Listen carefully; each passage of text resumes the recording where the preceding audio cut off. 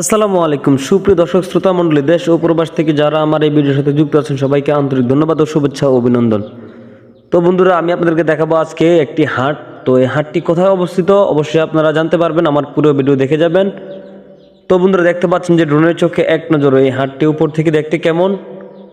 তো যদি আপনারা প্রথম থেকে থাকেন ড্রোনের চোখে গরুর হাট, অবশ্যই আমাকে কমেন্ট করে জানিয়ে দিবেন।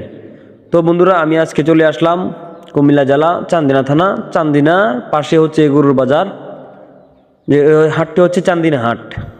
তো আমরা এক নজরে দেখে আসি এই চান্দিনা হাটটা। অনেক গরু উঠেছে হাটে আজকে, দেখতে পাচ্ছেন যে ক্রেতা বিক্রেতা, তবে বেশিরভাগ হচ্ছে বিক্রেতা, ক্রেতা খুবই কম বাজারের মধ্যে।